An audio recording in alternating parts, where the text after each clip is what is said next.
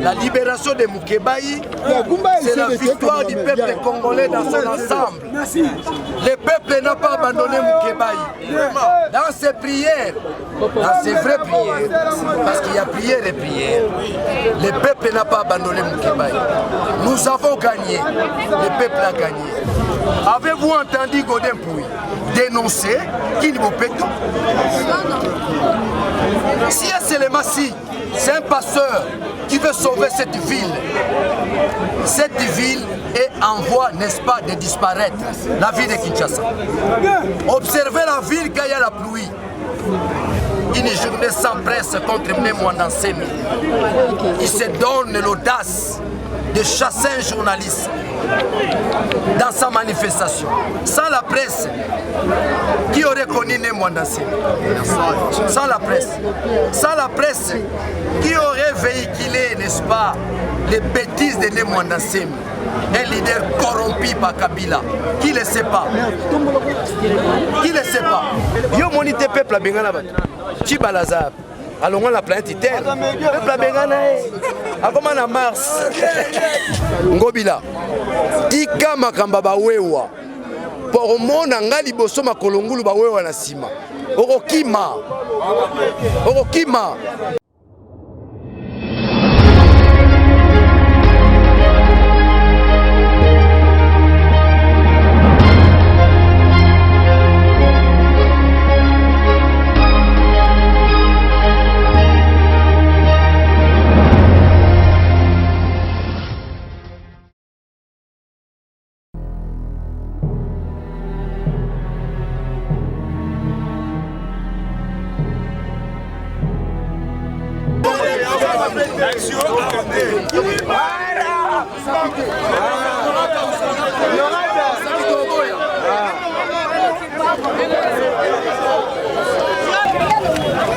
Une fois de plus, la libération de Moukébaï, c'est la victoire du peuple congolais dans son ensemble. Le peuple n'a pas abandonné Moukébaï. Dans ses prières, dans ses vraies prières, parce qu'il y a prière et prière, le peuple n'a pas abandonné Moukébaï. Nous avons gagné, le peuple a gagné. C'est la Cour constitutionnelle qui tranche, qui constate des infirmités, des incohérences dans les chefs de ceux-là. Ceux-là, je cite Godin Pouy. Quand vous prenez les règlements d'ordre intérieur de l'Assemblée délibérante, il y a une disposition. Soyons intelligents, soyons intellectuels. Le président de l'Assemblée provinciale a la mission de protéger les députés, n'est-ce pas quoi, provinciaux. Lorsque Moukébaï se retrouve en difficulté, Godin Pouy s'est comporté en antichrist. Un antichrist. C'est ridicule pour eux. Les droits viennent de gagner face à la mafia politique parce que la faille Moukébaï, c'est un montage. C'est de la mafia politique. Et un élément aussi fondamental et important, les notions élémentaires du droit. Nous avons appris, nous avons entendu qu'il possédait 15 diplômes. Ces 15 diplômes tombent en nom des boudins. Tombent en nom des boudins. C'est-à-dire, tout en étant détenteur de 15 diplômes, vous ne maîtrisez pas les notions élémentaires du droit. Notamment quoi? Les caractères contradictoires. Moukébaï n'a pas été entendu. Moukébaï n'a pas été entendu. Ici, je parle sous contrôle des juristes. Je ne suis pas juriste. Parmi les éléments élémentaires du droit, notamment les caractères contradictoires, ce qui a échappé à Godin Pouy. Ça a échappé à ces messieurs-là. Aujourd'hui, la Cour constitutionnelle vient de démontrer les limites, aussi les infirmités de ceux-là qui pensaient faire de cette ville leur poche. Nous sommes là nous assistons Kinshasa aux enfers. Où en sommes-nous avec Kini Bopeto? Avez-vous entendu Godin Pouy dénoncer Kini Bopeto? Si c'est un pasteur qui veut sauver cette ville est en voie, n'est-ce pas, de disparaître, la ville de Kinshasa.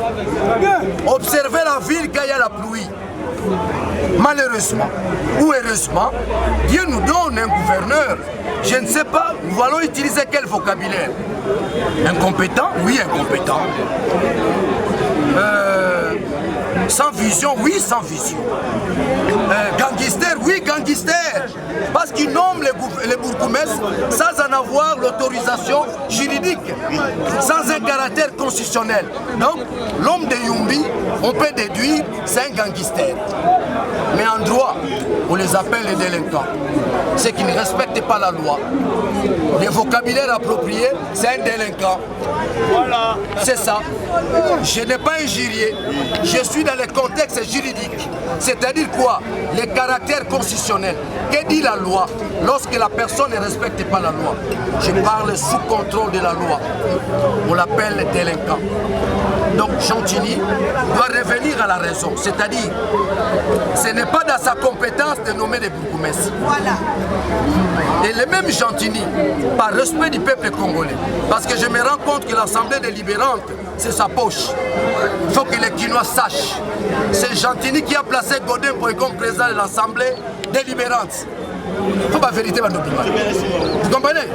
Et Godin Pouy, dans son identité politique, il serait d'une même plateforme que Jeannette Kabila. Mais il a menti au peuple, et le peuple de Dieu, qu'il était de la société civile.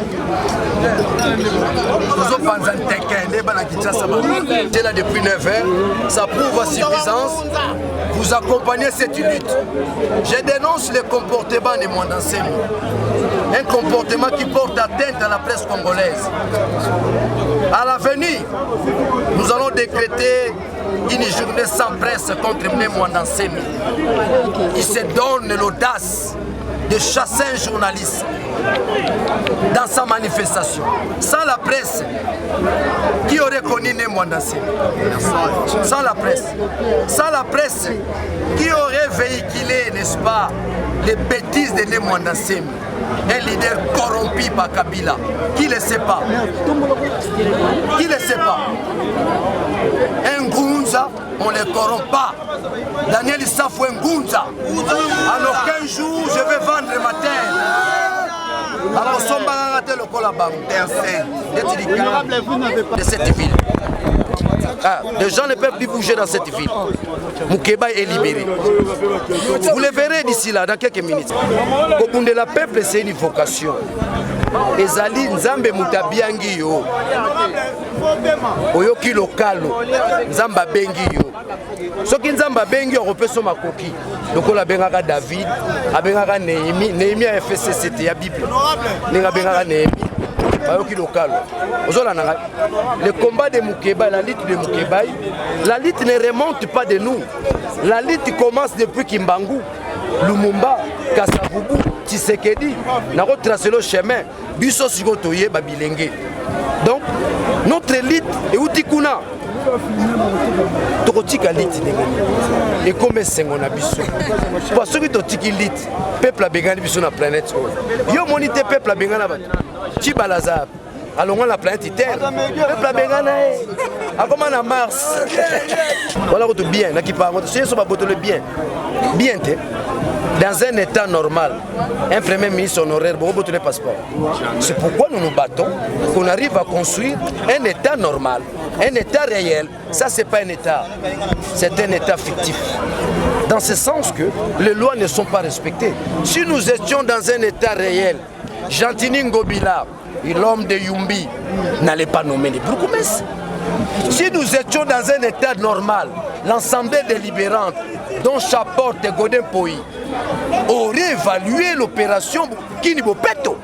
Moni Kini Bopeto, Ezaba Cop. alingo mema biso na ndemo loyenge wa suspendre ba bourgmestre te babenga ngo risque politique. C'est-à-dire quoi? A échoué tellement argument zaté avec au suspendre ba bourgmestre. Est-ce que tu as propriété service d'hygiène ko ça na $10 000. Tala moni mamba ba bourgmestre bazo zonga. Nous allons mener une action avec les bourgmestres suspendus d'ici là pour la réhabilitation la banque. Donc ce qui ça est, nous avons en contact avec les bourgmestres. Pour biso to bana misala na biso. D'être nangaba. Pour bana misala, je dois être accompagné de bourgmestres. Yena na bandara la mbina to. Ozona nanga. Ce qui passeport, ça veut dire quoi? C'est un état défaillant. C'est ça, non? C'est une défaillance. Gaza en opposition. Non, là, j'observe. Je constate. Je ne suis pas censé seulement parce que le ministre a dénoncé. Je les ébélés. On m'a envoyé un passeport au ministre. Na ville à Kinshasa, Nengezo Kunda, Mamboula, Sokebeti, Bissonio Sotokoti, Banani, Neleki. Yebisang banzele zate elo mona bakisa wana baza na beti boy na bundana bango bakomi ko comprendre muke donc Gentini ke bale gamba bawewa au mona Daniel Safu liboso bawewa na sima là c'est une force à ne pas négliger baza batu na bundana bango bawewa bazo bokola bana bazo futa bandaku pona nini bino bopesi batu misala te. C'est ça. Ce qui biso dans pouvoir qui ouais ici là tout dans la question journaliste c'est besoin mal ici là.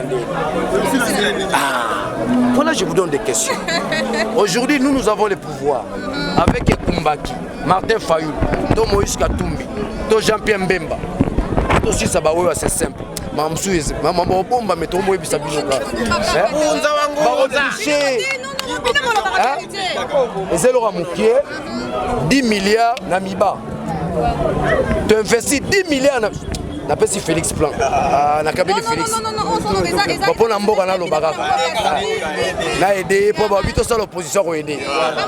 Bon, Félix Place ozali, toto sunga ba wewa, on les a moko ba stratégie à 0,1% opposition. Ce qui biso du pouvoir 10 milliards na miba, ça veut dire que miba est commis en action. Ba jeune ozomona ba wewa ba okena bango. Batiki akabelo ko moto.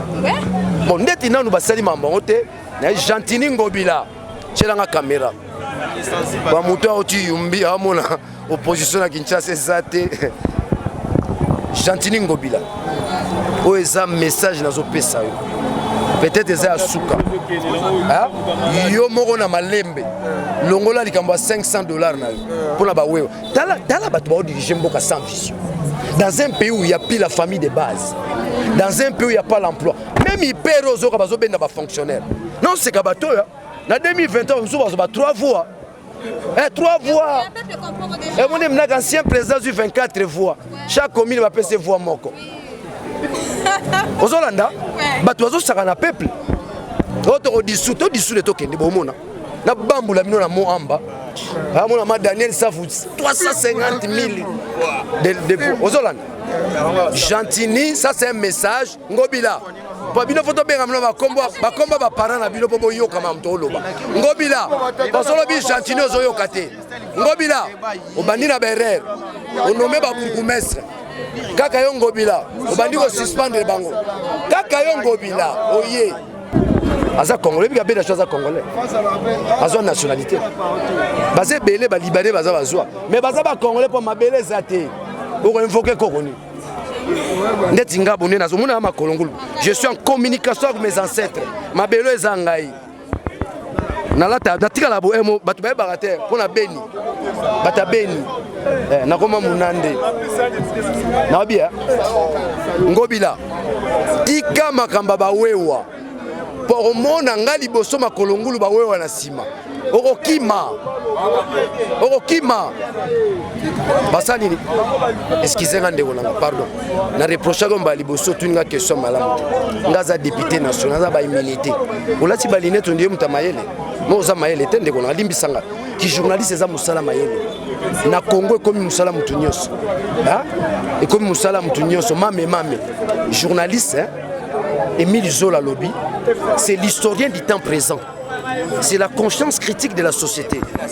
C'est les savants actuels. Au monde va le journalisme, aux côté à cash. Où est-ce que tu as une dernière question? Nous sommes ici aux Amayelete. Bakangara député dans la immunité. Aux Hollanda, il y a un moniteur dénoncé Maman Québec, ça qui cop. Balongolé ba immunité. Là où il devait être soutenu, défendu par Godin Poy. Mais la mafia politique a fait que l'Assemblée délibérante est lâchée. Assemblée délibérante est péchée par rapport au règlement d'ordre intérieur. Monique Congo pesa ba député Mayele. Ba député ne sont pas zobaté. Comme sous ancien député. Tu été député honoraire. Pas le ancien député.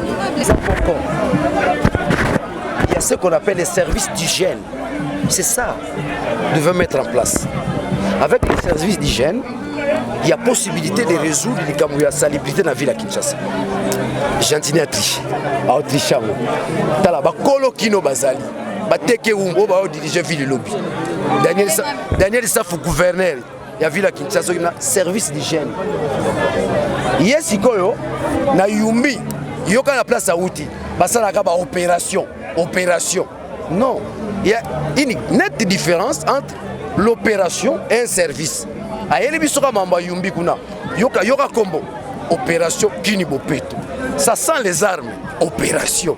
Ça sent les copes. Yoka mo, yoka combo. Parce que nous tous sommes il faut qu'on lande dans le langage. Wittgenstein. À lobby. Les langages, c'est le lien de la monstration de l'homme. L'homme se dévoile par son langage. Le langage, c'est l'homme. Le langage, c'est le véhicule de la pensée. C'est par le langage qu'on peut véhiculer notre pensée. Et maintenant, revenons maintenant dans la technique langagère. Opération Kinibopeto. Yoka, opération. Ça sent les copes. Batabakop. Batabakop, bazimboka. Yomoni ba saute moutonte. Cop. Te peso simba. Yoka, zela. Lekinanga. Kino bo sala musalo mabe. Ngala mo peso matière. Yoka mama ba saute des moutons. Bakop soni. Omoni ngai. Nazoka passe rolobelango. Et ça langa soni. Oui poani. Je suis le disciple de Tshisekedi wa Mulumba. Wakabeya Kamwang. C'est mon maître. Maître la kisanga copite. Maître la kisanga yibate. Si on la télé non, batunangai. Bakoti bakop. Bino boza ba journaliste. Bon on conseiller. Il y a présidence en matière d'infrastructure. Vous ne pas question. Il y a conseiller président en matière d'infrastructure. Au lobby nini de kambo ya baso de moto.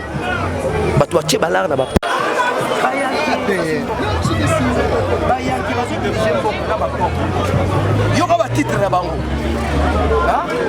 Moi j'ai fini en France. Université là-bas. Moi j'ai fini en Belgique. Moi j'ai fini au Canada. Monsieur, université Noni. Au Monéga fait Sevani, moi dans Poutoville. Bamo benga so ba combattant so ba. Na ebisu yo bango wana. Batu babunda bituma na mboko yo. Bangote diaspora. Aïe. Nous les combattants, bah conseiller, mais les moukiers, bah tester bango